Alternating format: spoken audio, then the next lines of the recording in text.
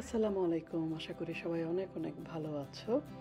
তো আজকের ভিডিওটা একটু ইন্টারেস্টিং কারণ আমি মোটামুটি কয়েকটা আ ঘটনা শেয়ার করছি। সামারে কোথায় গেলাম, কি করলাম সবকিছু মিলিয়ে একটা ছোট্ট ভিডিও কিন্তু আশা করি তোমাদের ভালো লাগবে। অনেক, অনেক, অনেক বছর পর আবারও মন্ট্রিয়াল যাচ্ছি। ন্যাটি আমার স্কুল ফ্রেন্ড, ওর সাথে দেখা করতে হিউস্টন থেকে আতিকাও যাচ্ছে। তো আমার যাওয়াটা আসলে নিশ্চিত ছিল না কারণ আমি কিছুদিন আগে অরল্যান্ডো গেলাম। পরে ভাবলাম যে জীবনটা অনেক ছোট, এত অপেক্ষার দরকার নাই, ঘুরে আসি। তো ন্যাটির আন্তরিকতা আর ভালোবাসার কোনো তুলনা হয় না। এখানে আমি শেয়ার করছি ওর সবজি বাগান। এত সুন্দর সবজি বাগান দেখে আমি একদম মুগ্ধ। এত পরিষ্কার আর এত গুছিয়েও সংসার করছে, মানে বলে বোঝাতে পারবো না। প্রত্যেকটা জায়গায় মনে হয় যেন অসম্ভব রকমের যত্ন আর ভালোবাসার ছাপ। তো আমার ওর বাগান দেখে, ওর ঘরবাড়ি দেখে আমার মনে হচ্ছিল যে আমি একটা গিল্টি সংসারী মহিলা, কারণ ন্যাটির সাথে তুলনা করলে আমার আসলে কিছুই না আর কি বলতে পারো। তোর করলা পাতা, তারপর লাল শাক, তারপর পুঁই শাক আর নানান রকম সবজি। আমি জানি এখন হয়তো হারভেস্ট টাইম, তা আরও ভরে গেছে। তারপর আমরা অটোয় গেলাম সোমাকে দেখতে, যে সোমার শরীরটা ভালো না, তো ওকে দেখে তারপর কিছুটা সময় কাটিয়ে তৃতীয় দিনই আমি গেলাম মন্ট ট্রেম্পলার। তো এটা একটা এক্সাইটিং অভিজ্ঞতা। খুব ঘুরলাম আমি, আতিকা, ন্যাটি সারাদিন স্পেন্ড করলাম। প্রায় ১.৫ ঘন্টার ড্রাইভ ছিল। এটা আসলে ভ্যানকুভারের হুইসলারের মতোই আর কি আমার যা মনে হয়েছে, কিন্তু ভালো লেগেছে যেহেতু বন্ধুরা ছিল। তারপর দিন ওর মেয়ে কেটলিন আমাদেরকে নিয়ে গেল ডাউন টাউনে, সেখানে আমরা বারবি মিউজিয়ামে গেলাম। এত রকমের বারবি দেখে আমি অবাক। ভালো লাগা আর মন খারাপের আবেশ নিয়ে ফিরে আসলাম মন্ট্রিয়াল থেকে। আমি আতিকা চলে গেল হিউস্টনে। তারপর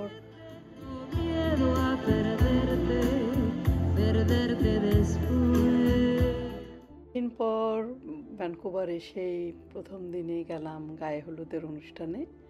গায়ে হলুদের অনুষ্ঠান আমার খুবই ভালো লাগে এবং আন্তরিকতা, মেহমানদারি এগুলিতে এই ভাবিরও কোনো তুলনা হয় না। তো খুব খুব ভালো লাগলো এবং অতটা টায়ারিং মনে হয় নাই কারণ বাসার কাছেই যে ব্যানকুয়েট হল ছিল সেখানে গিয়েছিলাম। তো আমার এখানে সবচেয়ে বেশি ভালো লেগেছে ওদের স্ন্যাক, নানান রকমের স্ন্যাক পরিবেশন করা। আর সবচেয়ে ভালো লেগেছে পানের যে সাজানোটা, সেটা তোমাদের সাথে একটু পরে আমি শেয়ার করছি।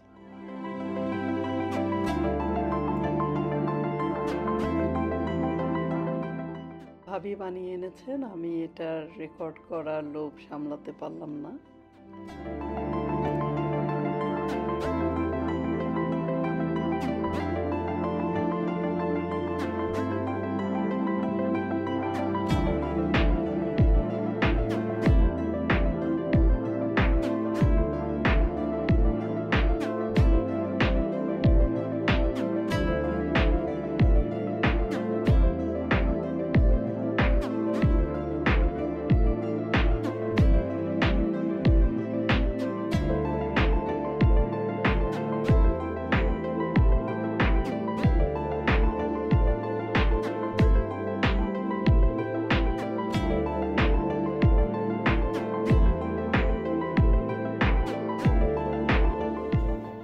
এরপর কোনো এক উইকেন্ডে আমার বড় ছেলে রাশিকের সাথে গেলাম ডাম্পলিং ফেস্টিভ্যাল, ফুড ফেস্টিভ্যাল। আমি নর্মালি লাইন দিয়ে খাবার খেতে একদম পছন্দ করি না, আমার বিরক্ত লাগে, এখন বয়স হচ্ছে। কিন্তু ছেলে আবদার করলো চলো, হালাল ডাম্পলিংও আছে। তো এবার ঘুরে ঘুরে দেখলাম মজার মজার সব খাবার। তো হ্যাঁ, হালাল অপশনও ছিল। তো আমি বাউ নিলাম, যেটা অনেকটা ডাম্পলিং অনেকেই বলে, কিন্তু এটা অ্যাকচুয়ালি বাউ, ভিতরে গরুর গোশ ছিল, মজা লেগেছে। আর তারপরে সাথে নিলাম, তারপর আরও অনেক রকমের খাবার মেক্সিকান থেকে শুরু করে, তবে মোস্টলি ডাম্পলিং। এটা একটা হালাল দোকান ছিল। তো ওখান থেকে আমি চিকেন নিলাম, রাশিক তারপর পরে স্কুইড ভাজা খেলো। তো খুবই ভালো একটা এক্সপেরিয়েন্স। আর লাস্ট যেটা শেয়ার করছি সেটা অবশ্যই একটু মন খারাপের। আমার ছোট ছেলে রাইক ইউভিকে পড়তে যাবে, তো চলে যাবে। ওর যাওয়াটা তো এমনি হবে না, ওর জন্য বাসা দেখতে যাচ্ছিলাম। রাইক সচরাচর আমার সাথে কোথাও বেড়াতে যায় না, ও বেড়াতে যাওয়া মানে ওটা একটা দুর্লভ ব্যাপার। তো এই প্রথম আমি আর ও খুব রিল্যাক্সভাবে ফেরিতে গেলাম। গাড়ি নিয়ে যাওয়ার কথা ছিল, কিন্তু পুরা স্লটগুলি বুক ছিল, গাড়ির জন্য আর জায়গা ছিল না। তো আমরা গাড়ি পার্ক করে ফুড প্যাসেঞ্জার হিসেবে গেলাম। আর ভিক্টোরিয়া যাওয়ার যে ভিউ, এটা সবসময় অসাধারণ। মনে হয় জানি 1.5 ঘন্টার জার্নি মনে হয় খুব অল্পে মানে শেষ হয়ে যায়। আমার খুবই ভালো লেগেছে। সাগর, আবহাওয়া সব কিছুই ছিল চমৎকার।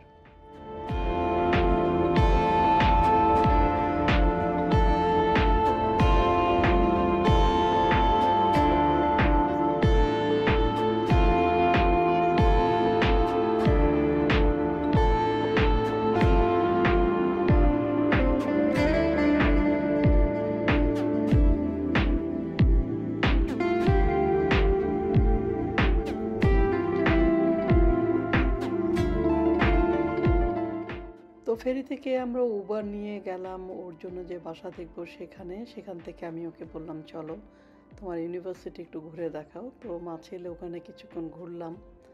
লাঞ্চ খুঁজে পাই নাই, কারণ ওখানে অড একটা টাইম।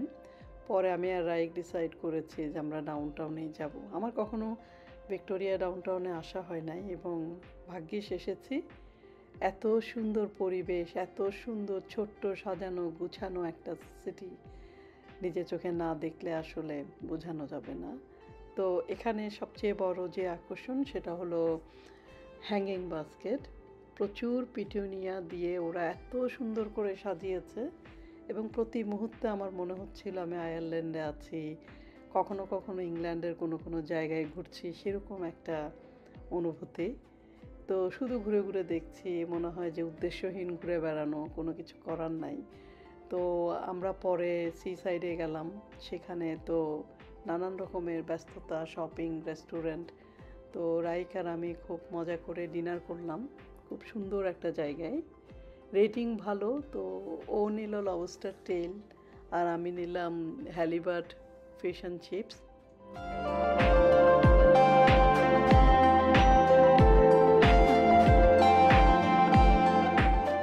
ভিক্টোরিয়া হচ্ছে বিসির রাজধানী। তো এই জায়গায় গেলেই মনে হয় যে অনেক ইতিহাসের সাক্ষী। বিল্ডিংগুলি পুরানো, তারপর খুবই সুন্দর করে বানানো প্রত্যেকটা জায়গা, এবং মনে হয় জানি খুবই সুন্দর একটা গল্পের মতো একটা শহর। যতবার আসি ততবার মনে হয় আমার মুগ্ধতা শেষ হয় না আর কি। তো এখানে অ্যাকচুয়ালি লিভিং কস্ট আসলে অতটা চিপ না। আমি ওর জন্য এক রুমের বাসা দেখতে গেলাম, সেটাও দেখলাম কানাডিয়ান $1200। ইলেকট্রিসিটির বিল ছাড়া, অন্য জিনিস ছাড়া। তো ছোট্ট একটা রুম শেয়ার করবে আর দুজনের সাথে। আমি চিন্তা করলাম যে কত এক্সপেন্সিভ। তো কিন্তু অনেকেই যারা এখানে থাকে তারা আসলে এখান থেকে অন্য কোথাও মুভ করতে চায় না। তো অবশ্যই মুভ করার মতো শহর না।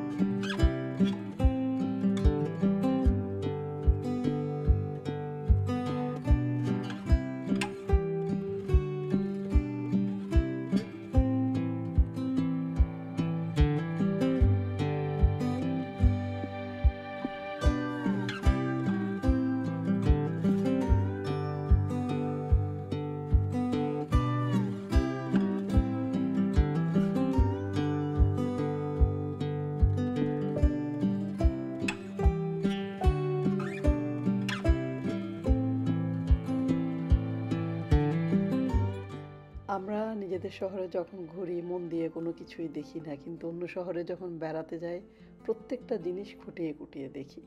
তো এইটাও হলো সেরকমই একটা জিনিস যে একটা পার্কিং লটে এত সুন্দর আর্ট দেখে আমি মুগ্ধ হয়ে গেলাম। তো আসলে একটা বোরিং ওয়ালকে ওরা কিভাবে ইন্টারেস্টিং করে তুলেছে সেটাই দেখলাম। তো আমি ভাবলাম যে না, আমি এটা শেয়ার করি।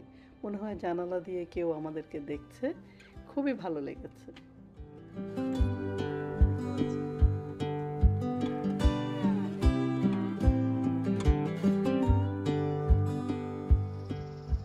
তো আমরা এখন পানির কাছাকাছি এসেছি, রাইক আমাকে নিয়ে এসেছে। দূর থেকে দেখা যাচ্ছে আর পার্লামেন্ট, এবং এখানেও দেখি ট্যুরিস্টদের উৎসাহ আর উৎসবের শেষ নাই, গান বাজনা, কেউ ঘোড়ায় চড়ছে, কেউ রিক্সা চড়ে ঘুরে বেড়াচ্ছে।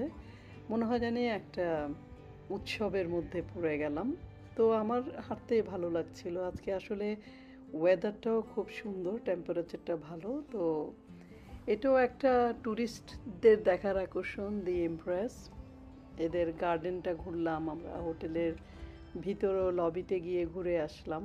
তো আমার মনে হচ্ছিল যে এটা ট্যুরিস্ট অ্যাট্রাকশন হওয়ার প্রধান কারণটা কি, সেই কৌতূহলের ভিতরে গেলাম। ভালো লাগলো, একটা চমৎকার অনুভূতি ঘুরে বেড়ানোর।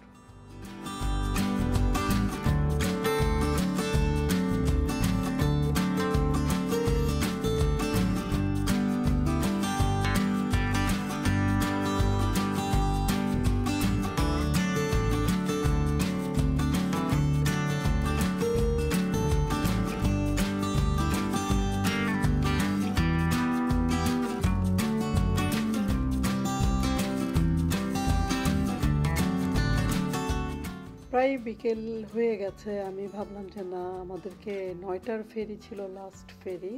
আমি সাহস হচ্ছিল না যে লাস্ট ফেরিতে যাব। কোনো কারণে যদি ফেরি মিস করি তাহলে হয়তো রাত্রে ভিক্টোরিয়াতেই থাকতে হবে। আমার গাড়ি আবার পার্কিং লটে। শহরে বললাম যে না, আমরা 8টার ফেরিতে টার্গেট করি। আমরা উবার ডাকলাম প্রায় 7টার সময়।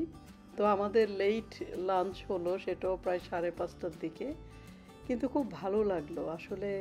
ছেলের সাথে ঘুরে বেড়ানোর অনুভূতিটা আলাদা, স্পেশালি ছেলে যখন মাকে অভিভাবকের মতো করে গাইড করে, সেটা আসলে আরেক রকমের অনুভূতি। সারা জীবন ওদেরকে আমরা বড় করেছি, দেখে রেখেছি, এখন ওরা আমাদেরকে গাইড করে, এটা করা যাবে না, এইভাবে যেতে হবে, ওইটা করতে হবে।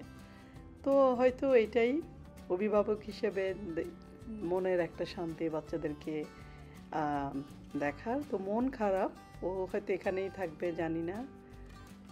ওদের ব্যস্ততায় মাকে হয়তো ওভাবে মনে রাখবে না, কিন্তু আমাদের তো মন পড়ে থাকবে সন্তানদের কাছে। তো আমরা উবার ডাকলাম 7টার দিকে। তারপর আমাদের ব্যাটারি চলে গেছে দুজনেরই ফোনের। তো এত সুন্দর সানসেট দেখে পুরো ফেরি রাইডটা এত মুগ্ধ, কিন্তু ক্লিপটা নিতে পারি নাই, এটা একটা দুঃখ। কিন্তু খুবই ভালো লেগেছে, খুবই খুবই ভালো লেগেছে। তো আশা করি তোমরাও হয়তো এনজয় করেছো আমার সাথে সাথে। সবাই অনেক ভালো থেকো, আর যদি ভালো লেগে থাকে আমার চ্যানেলটা শেয়ার এবং সাবস্ক্রাইব করতে ভুলো না। Thank you so much for watching. আল্লাহ হাফেজ।